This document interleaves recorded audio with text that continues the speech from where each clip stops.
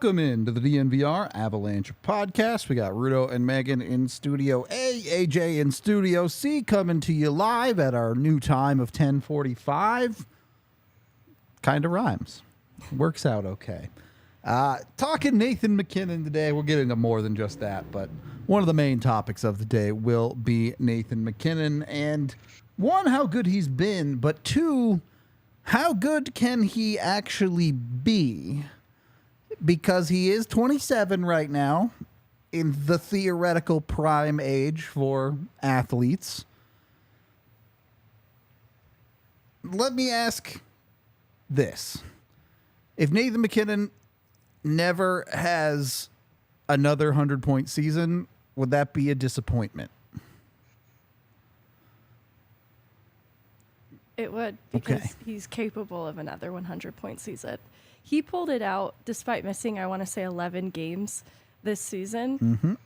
And on a team that was struggling, I have to believe that moving forward with a little bit more health on the entire team's side, this is a player that will easily reach the 100-point mark again. Okay. Fun to say for a guy who's only hit 100 points once. I know that's like a super technicality. It was so easy for him. He didn't make it look hard. That's for sure. It's interesting, right? Because on any given day, Nathan MacKinnon could be considered the second best player in the world when it comes to hockey. I don't think anyone would put him ahead of McDavid, but certainly a top 3, top 5 guy, no matter what. And yet, I do think he has more to give. I do think there could be another level to his game. What is the next step there for MacKinnon? Is it literally just stay healthy for the extra 11 games and have a 130-point season, or is there something specific he can turn up a notch? Yeah, I mean, I think staying healthy. I guess if we're asking what areas of his game could he stand or round out a little bit, defensively he can get a lot better because his defensive impact kind of it goes through extremes where he has really good efforts and then there will be games where his line generates a ton but also gives up a ton, and he's at the heart of some of that. And also, if he could give a shit about working on face-offs, just like a little bit, like just stop being like so bad at them. If he could just be passable at them, it would feel like, okay, well that's fine. But instead, it just feels like he's been below 45%, like more times than not in his career. Like he's terrible at them. And that's, I don't know, given that he takes a handful every game, like please get better at them. But asking him to improve a lot more in offensively with the puck, any of that, I just don't think that that's fair. He's so brilliant that I know everybody loves to nitpick his game. You know, oh he pulls it, he comes into the zone and he pulls up and he looks to pass, or oh he floats out high too often, or this or that. But the guy had like 9 goals on January 1st last year or some shit like that, right? Like he had nothing and he finished with a 42 goal season. He scored 30 goals in the last 3 months of the year. It was like the guy is brilliant offensively. He's on his way to the Hall of Fame. He is tremendous. And asking that part of his game to get much better, I'm not. Just try to repeat last year a few more times, please. I think I've asked this question before. I don't know if I've asked it since the end of this last season. If Nathan MacKinnon retired tomorrow, Hall of Fame?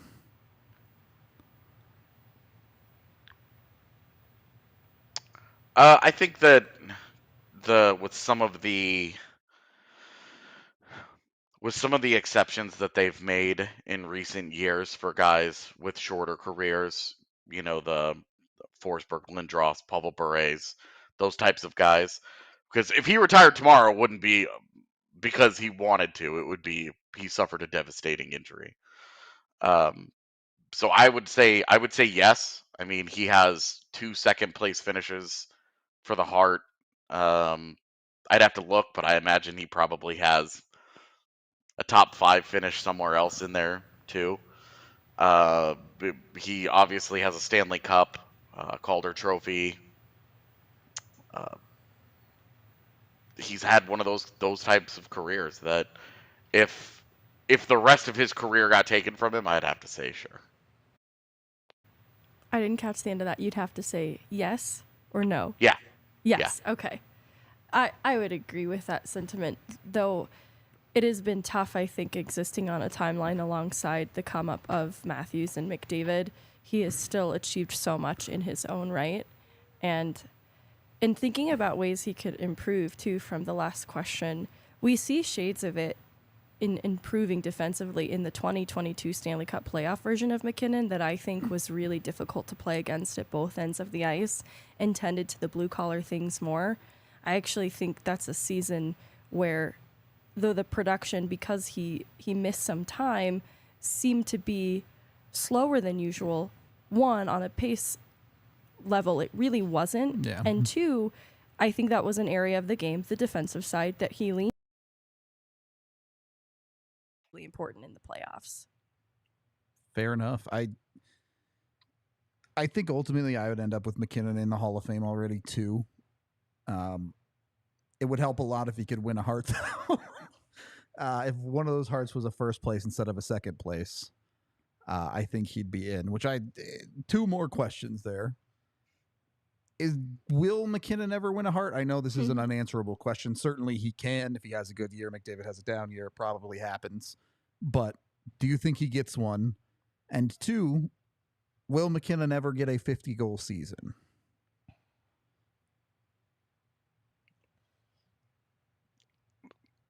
I say no and no. No to both?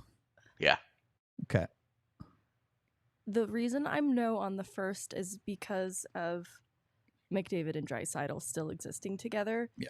I think that makes it really difficult. Those two just set one another up and feast on Edmonton's power play that make that points total at the end of the season so difficult to compete against, especially because of where I think Colorado wants to derive their scoring from. I think they'd like to see it come more 5v5, and that's just going to limit the overall scoring for everyone. Sure. But I'd like to see them absolutely blow up on the power play as well. Like, definitely not saying they shouldn't, but that's where I think MacKinnon and the Hart conversation continues to be a no for now, bearing, no injuries or anything to a McDavid or Draisaitl, which I would never wish upon either of them. And then the other is the 50-goal season, and I'm going to say yes just to be contrarian, and it's with the hope that in the same way that following the Vegas loss year, the bounce back season that I think that MacKinnon had individually, and the season 2 that he had the sports psychologist, the season after that was the, I want to say 99-point season, and the turnaround that can come from him when he is motivated by an event in his life is something that I never want to put a ceiling or a cap on. And so after achieving the 100-point milestone this last year and then being met with a disappointing first-round exit with Seattle, I don't know what Nathan MacKinnon's capable of, and I will definitely say 50 goals will be within his reach if he wants it to be. So the reason I think 50 goals is something that he's capable of is it really just takes one season where he has a bit of a PDO bender for him to get there, just because of how high of a volume shooter he's capable of being.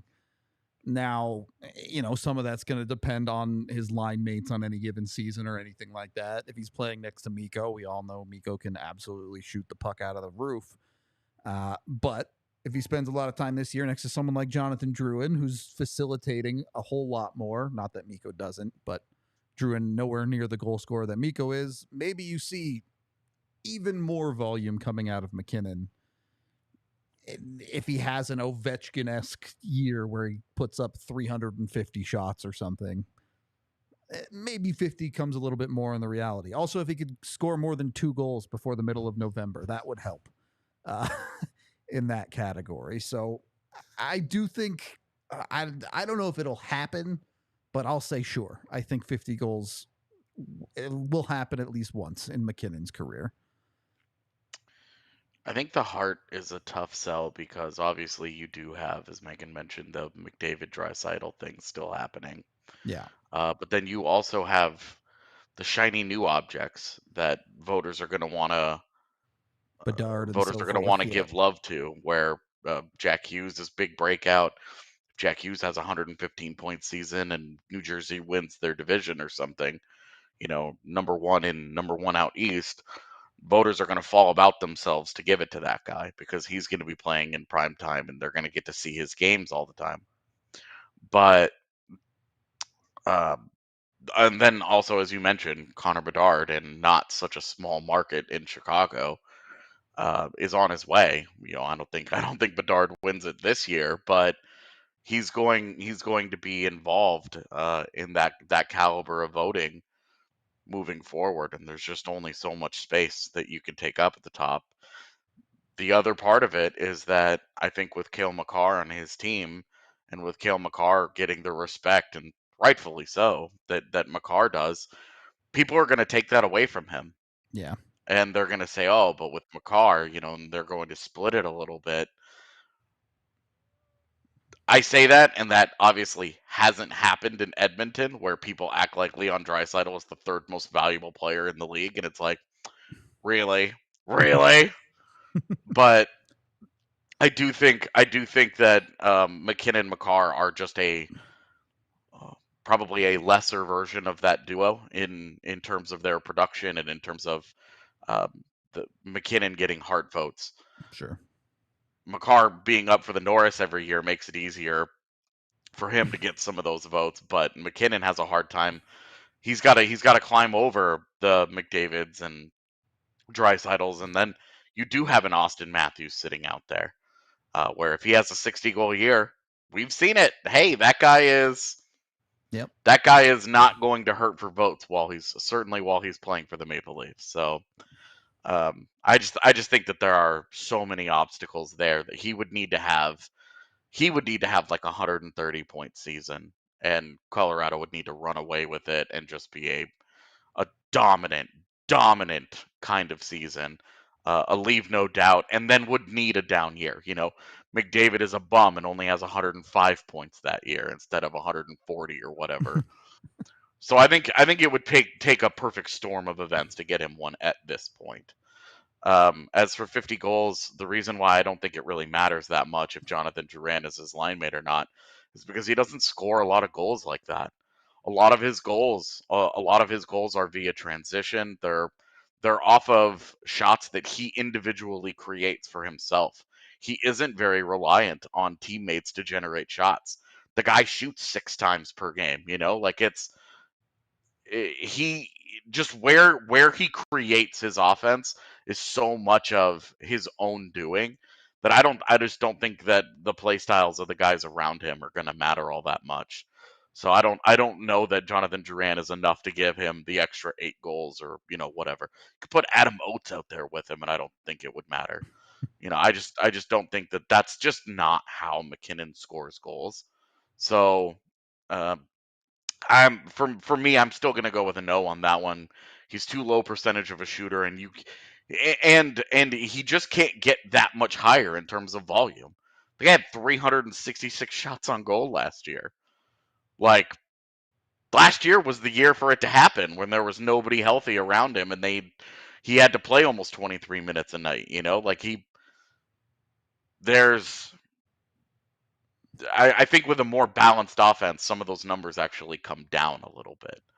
So that's where you look at 2 years ago with the season that Kadri had. Obviously, that was an obscene season from him, but you look at what that meant for MacKinnon, where he did not have to play as much. And yeah, he missed games, but his shot generation, some of the things that are normally really high for him were a little bit lower. And I think that's because it was just a more balanced offense and they needed less from him. So for me, it's no and no, but I'll take 110 points and 40 goals every year. No bones about that. I respect that. Yeah, and like, if we get to the end of MacKinnon's career and he doesn't have a 50-goal season, I don't think anyone would be particularly surprised by that. And it won't take away from how ridiculously good he is. But I just think it'll be interesting to see how MacKinnon's career ages. Obviously, we've seen him be a great player for half a decade now, more than that even. And, we've seen him have that fire of just, I compare him to Michael Jordan sometimes, where he's so dedicated to winning that sometimes it drives his teammates a little bit crazy. But it has the potential to get even better, certainly over the next couple of years. One, just because of his experience, but two, because he's in his physical prime as a hockey player, which is weird to think about as physically strong as he already has been throughout his career. So all I'm saying is I'm excited for next season of MacKinnon. I'll put it that way to you. On that note, we are brought to you by the Circa Resort and Casino out in Las Vegas. Hey, by the way, Avs kind of doing a rookie tournament out there, so if you want to go check out some rookie Avs, maybe go stay at Circa. Could be a great place to hang out. They have the world's largest sportsbook, a 3-story stadium-style sportsbook that takes 10 people to operate. It's got a 78 million pixel screen. You can be watching some real good sports over at that thing. They also have Stadium Swim, which is the gigantic television you've probably seen on Twitter that has multiple pools and lanes in front of it. So you can hang out there and watch a bunch of awesome sports too. The resort itself has over 500 rooms with a variety of layouts. So they've got a room that will fit whatever it is that you're looking for. If you haven't been, you got to go check this place out in Vegas. It's worth going to for whatever reason you might be going there, whether it's the rookie tournament, whether the Avs are playing Vegas in season. Maybe you're a Broncos fan and they're out there playing the Raiders and you want to go to that because the Broncos are good or something. I don't know. Either way, you can go to circasports.com. You can download the app. When you book your stay with code DNVR20, you get 20% off. So you get a great deal on top of all of that. Anyway, jump on it. Go check it out. Obviously, Circa Sports bets can only be made while physically located in the state of Colorado. If you're using their app, you must be 21 or older. All rights reserved. Circa Sports Colorado encourages you to gamble responsibly. And if you have a gambling problem, call or text 1-800-GAMBLER or visit problemgamblingcolorado.org. All right. Also brought to you by Illegal Pete's. Go check all of that out when you get yourself a craving for a burrito, because they make the best burritos in town. Their queso is to die for. If you haven't been, you got, excuse me. If you haven't been, they've got 11 locations in Colorado. So there's almost certainly one near you, including one just a couple blocks from the DNVR bar. They have happy hour 3 to 8 p.m. So you can come hang out on their patios, have a few drinks while you're at it. And then you can come down to the bar and party and watch sports and do all that. We got the Broncos watch party coming up in a couple days for their preseason game that I definitely care about. I'm not a Broncos fan, can you tell? I'm not really a football fan, to be fair. Anyway, get over there. Go get some Illegal Pete's. Enjoy the burritos. Second period of the DNVR Avalanche Podcast. And we've got our weekly top 5 from Bet365 here. Now, this is a pretty specific list. There are a lot of restraints to it, but we're looking at the top 5 individual seasons from players currently in the Avs core. Couple of things here. I did not include playoffs in these seasons, but we will talk about that. And obviously, it's this core because if we included all of Avs history, it would just be 5 seasons from Joe Sakic and Peter Forsberg. So that's not necessarily true, but we'll get to that at the top of the list. Starting with number 5, which is Nathan MacKinnon's 18-19 season. There's a couple of different factors that I got into here. But this one was, I believe, his 99-point season, right? Yes. Am I remembering I correctly? have this as my number 5 as well. Okay. Well, at least I got one right. Not necessarily. Look, MacKinnon's real big breakout came in 17-18, which is also on this list. But the 18-19 season was the first 40-goal season for the Avs since Hayduk scored 50 in 02-03. And I think it was really the season that established Nathan MacKinnon as a true superstar in the NHL.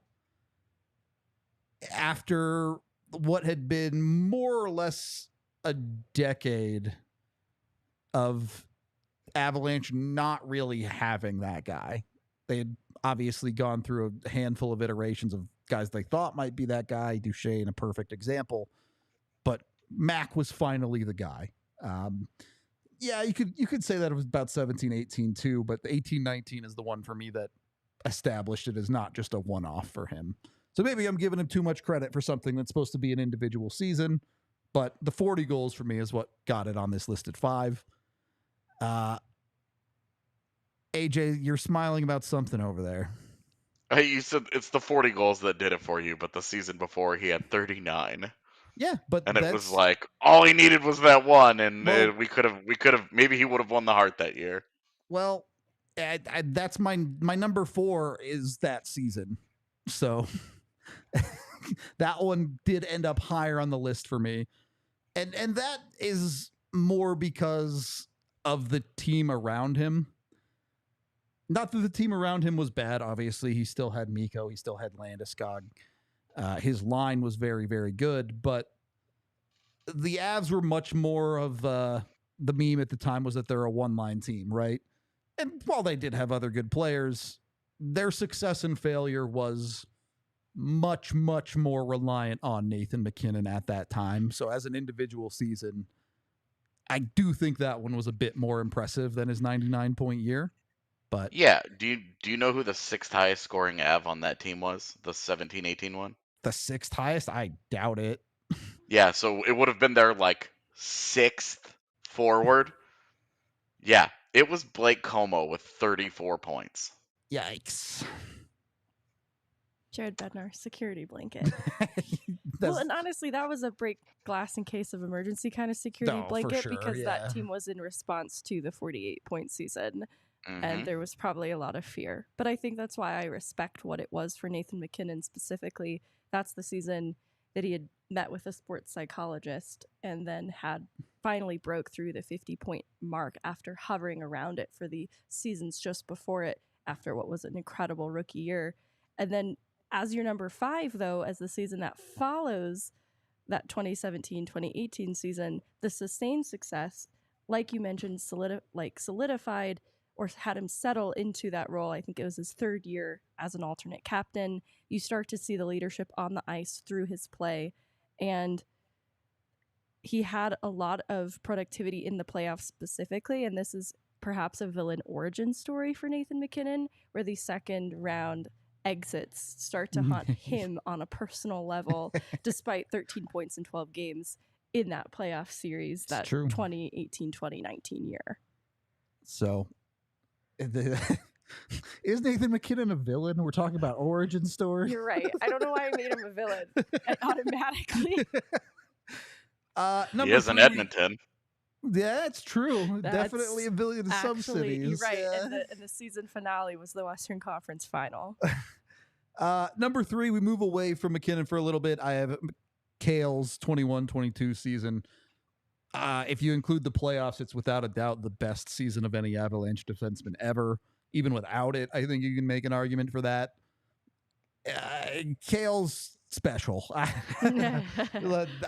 am expecting this to not last as one of his best seasons, or certainly not his best season. I think there's probably more to come from that guy, but he just does things that other people don't. I don't know. We've talked about it plenty. I don't have a ton to say about Cale, but it's wild how as a defenseman, he's even in this conversation, let alone on the list as high as he is. Yeah, and I think it's also, I think, a testament to what's 1 and 2 on this list, because that year from MacK was so special.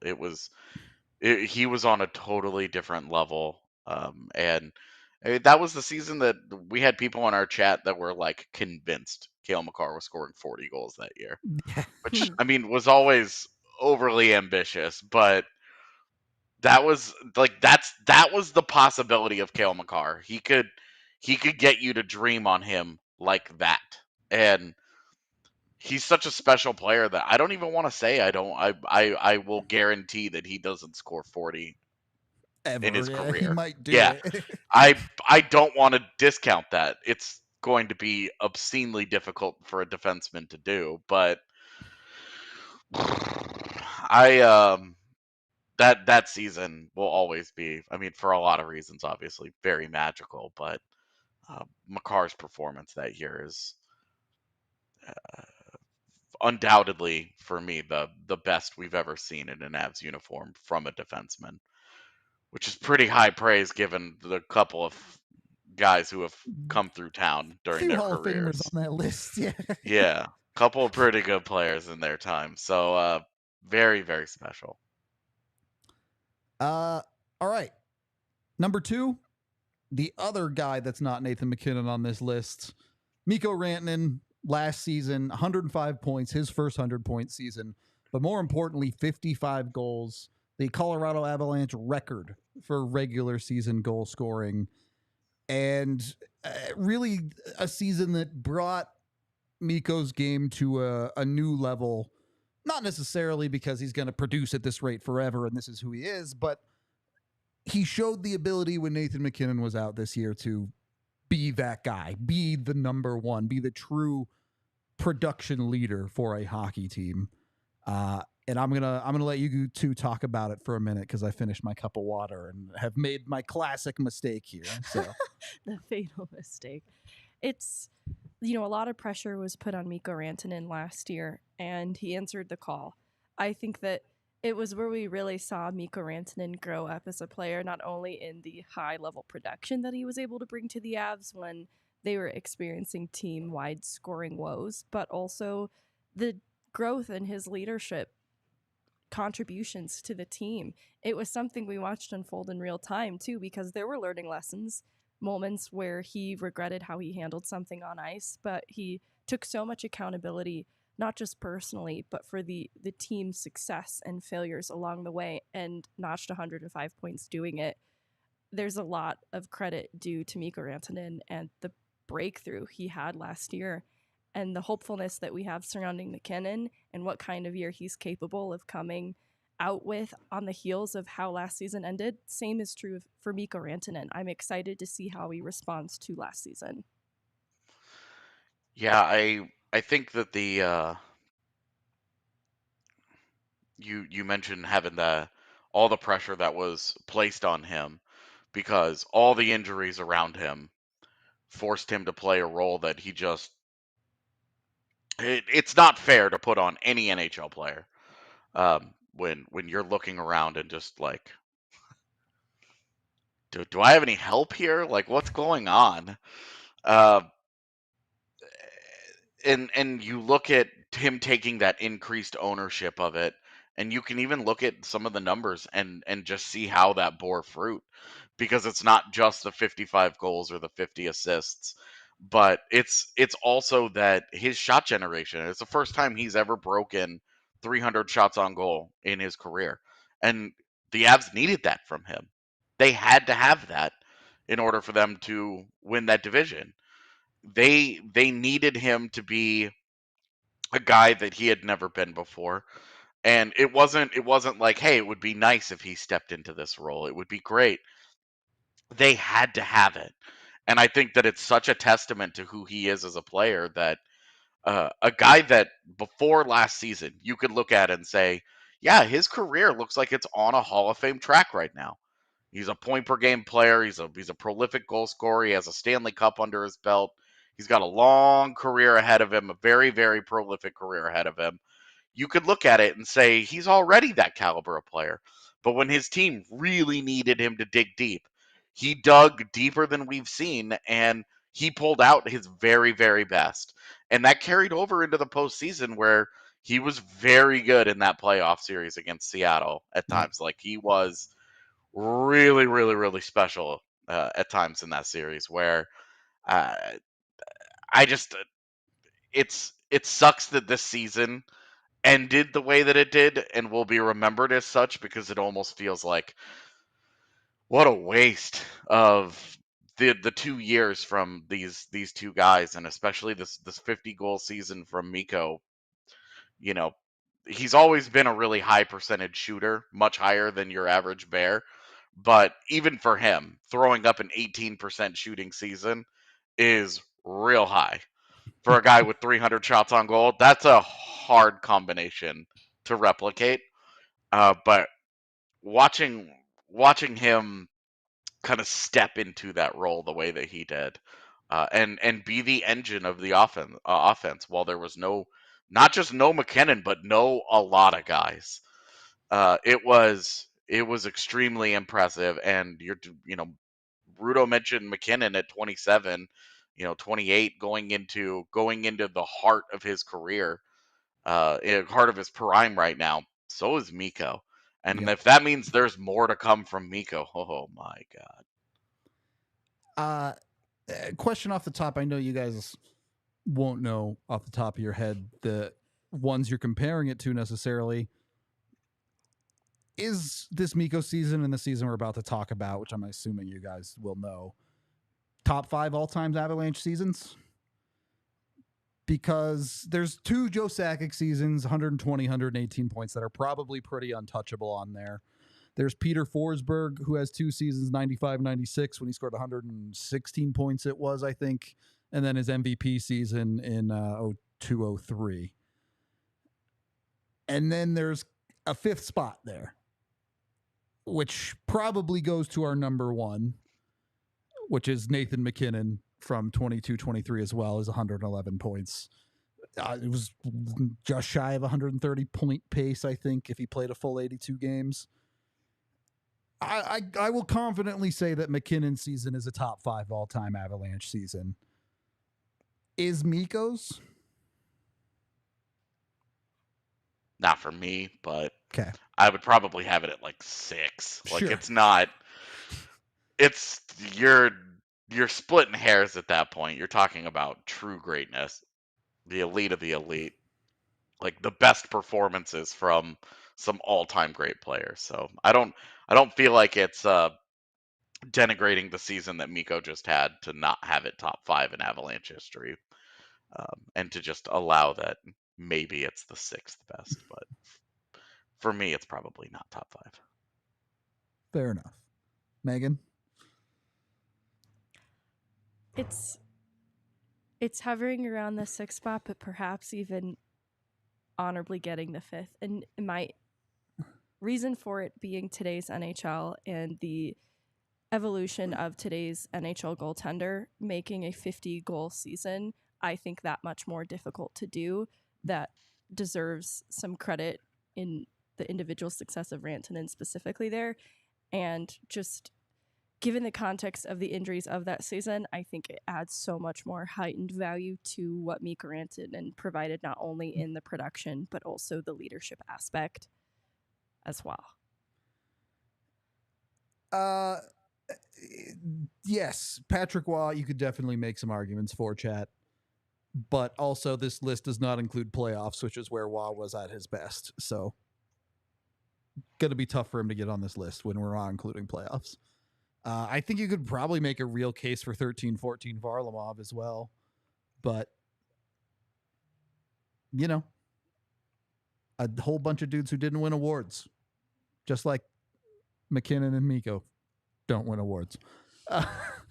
Lady Bing, though. Yeah. But just to get back to the guy at the top, Nathan MacKinnon, he makes up 3 of the 5 spots on this list. If there was any doubt about how good he's been and how important he's been to the Colorado Avalanche of this generation. I'll ask you again. I think you guys have already answered it, but let's say the next 3 years. Does Nathan MacKinnon have a better season than 22-23?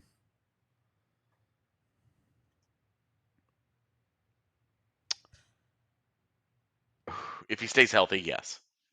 Okay. And if I'm measuring individual success, I'm still leaning towards yes, but I think this is a team with another cup in them. And so I think that if he has like a 107-point season and gets a cup, I think that will trump the work of what he did last year. And I think that this team has it in them. And I think MacKinnon just continues to pull another rabbit out of the hat that I just still think that's possible for him to have more success than last year. If he win, I know we didn't include playoffs, but if he wins a Hart, that would really help. Not a Hart, a Conn Smythe rather. A Conn Smythe would really help. It was McCarr's playoffs that. Getting off topic here, but the 22 run, where would you rate McCarr's playoff performance in Avs history? Off the top of my head, probably 2 or 3. So not number 1. I think Sakic's 96 is probably number 1. Okay. And then Waz 2001. Sure. Would also have to be there because they just don't win. They don't win that cup final against the Devils without Wah. No doubt. Being just insane in that series. Fair enough. Was just curious on that one where it might fall. It's really close, though. It's really close. Is there anyone that can challenge this list in Colorado right now? And like, obviously, it would take something pretty extraordinary, but if everything goes right, could a Val Nichushkin get on this list? Could a Bo Byram threaten this list as a top 5 season of this generation of the Avs? I think Georgiev that's a good call. Be somebody that's a good call. Makes a case for this list. Now, I don't want that to be necessary of Georgiev to have that type of performance that requires him to be the guy. But if he has to be the guy, and he is, that's going to be really compelling for him. And I really love the first year that he had here in Colorado. I'm excited that he's a starting option for them for a few more years to come while they're in this window of MacKinnon and Rantanen really hitting a stride, which feels even silly to say because of who they've been before. I think Megan has it with Georgiev. Okay. As much as I think Byram could be unbelievable, Devon Taves' 21-22 season, he had like 57 points in like 70 games or something, and was arguably a top 5 defenseman in the NHL, and he's not even a consideration. Yeah, and it's like if Bo Byram had a season like that, we'd all be falling about the place, freaking out and losing our shit. Yep. And he's not even on the list. Like I don't even know where that season would rank. So I think it's really, really, really hard for another skater to break this list because I just don't know that there's another caliber there. And McCarr's opportunity and just otherworldly ability is going to cannibalize some of that. It's true. Some of the ability for a guy to have a season of that caliber, because it's a little tougher for defensemen to do it. But Georgiev, I think absolutely. Yeah, I'm with Megan. I think Georgiev is the guy that has the best chance to break into that list, because we saw last year he was pretty unflappable, pretty consistent throughout the entire season, and if he gets even just a little bit better, oh boy, like he gets just a little bit better, he could be one of the top guys around. All right, well, when the future's as bright as this, you got to be sure to be wearing your Shady Rays, as that was the top 5 by Bet365, by the way. Your Shady Rays, which you can get from shadyrays.com. You use the DNVR code when you check out. You get 2 pairs or more.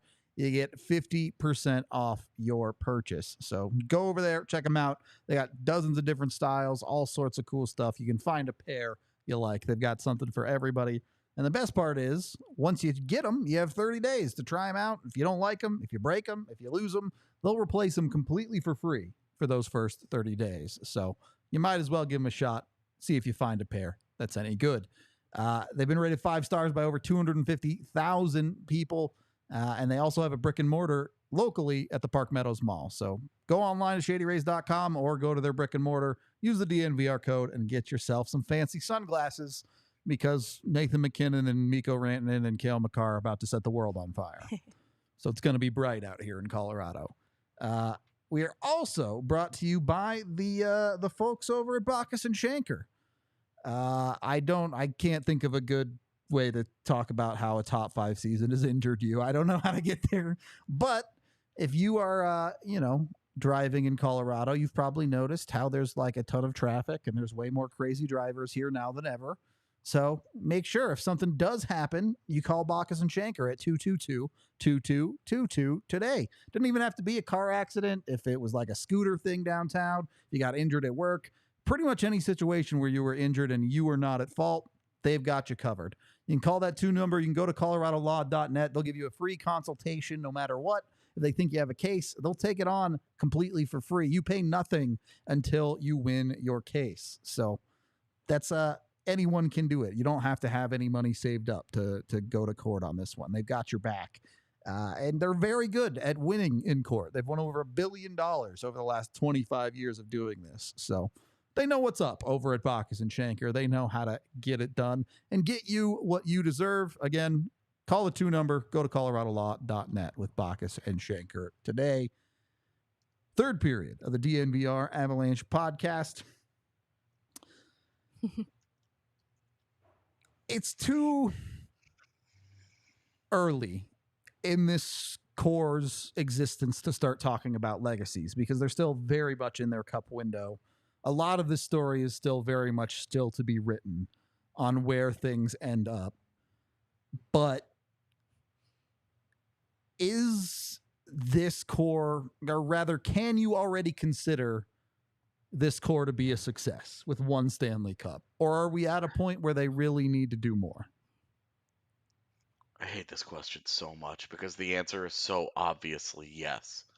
It is so obviously, ridiculously, unequivocally, without a fucking shadow of a doubt, the answer is yes. Because you want a Stanley Cup. That is the ultimate goal of any era. And I don't, what will drive me crazy is when people are like, but look at the talent on hand. They should have done this. They should have done that. I'm sad that it exists for those fans, but look at the San Jose Sharks with Joe Thornton and Patrick Marleau, Logan Couture and Joe Pavelski and all the cats that they had. All right, that they had an unbelievable era. They were extremely successful in the regular season, but they could not get to the finish line because it is very, very, very hard to do. You need the right opponents. You need to play well. You need the injury luck. You need the bounces to go your way. You need everything to happen for you. It is so goddamn hard to win a Stanley Cup that if you look at winning just one as any kind of a failure, it's obscene. I know that there is a sentiment that the Avs should have done more with their golden era from 95 through 2002, that they ended up having like I don't know. They played like more postseason hockey than anybody because they just kept making conference finals after conference finals, but they only won 2 Stanley Cups. No, get out of here with that. Winning 1 is the validation of everything that they have tried to do. It is without a doubt a successful era. And if they win another one, if they win 2 more, they win 3 more, they don't win any others, it's still successful. If they win others, then they might get into the we're going to talk about them the way that we talk about that Blackhawks era or this Penguins with Crosby era. We talk about it, like that Avalanche, Red Wings, Devils, like that, like triumvirate that dominated the NHL for almost a decade entirely. Like we're gonna look back at it as among the greatest cores in recent NHL history, and that would be awesome. That would be awesome. But anybody out there that feels like only winning one is a failure, it's too much for me. And just miss me with it. I hate the premise of it. It should already be viewed as a no doubt success.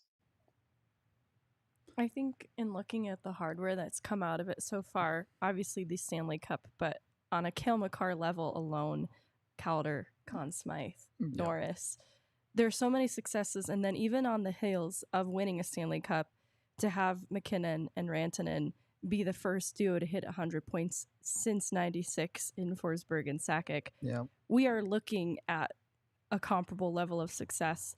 Obviously, using just a Stanley Cup as a tool of measure will be limiting in how we feel about this era of Avalanche hockey. But I think the proof is in everything I just said about individual accomplishments and what they've also been able to do together outside of just winning a Stanley Cup.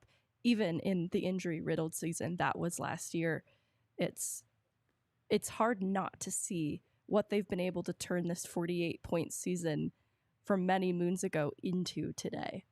A team whose compete window is wide open for the foreseeable future. Yep.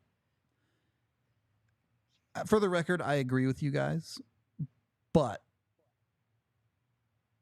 would Nathan MacKinnon consider the rest of this Core's era a success if they never win another cup?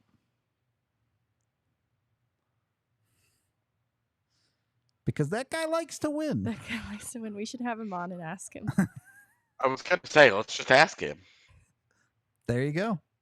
Next time we see him, ask the question. We'll get such a canned PR response, but we know his heart. That wasn't meant to be a heart joke. I feel bad now. He can win one of those and then win another cup. If he won a heart, I think he'd be really happy. I think that would trump some other things that might not be within reach.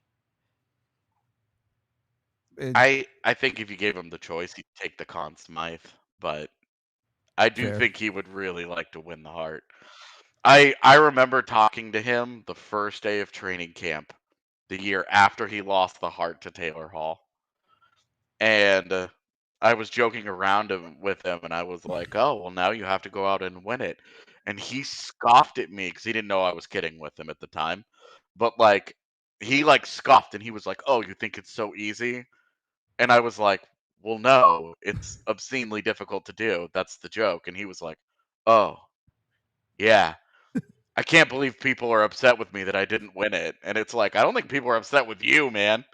And he was just like, I just don't think people understand how hard it is to be the best player in this league.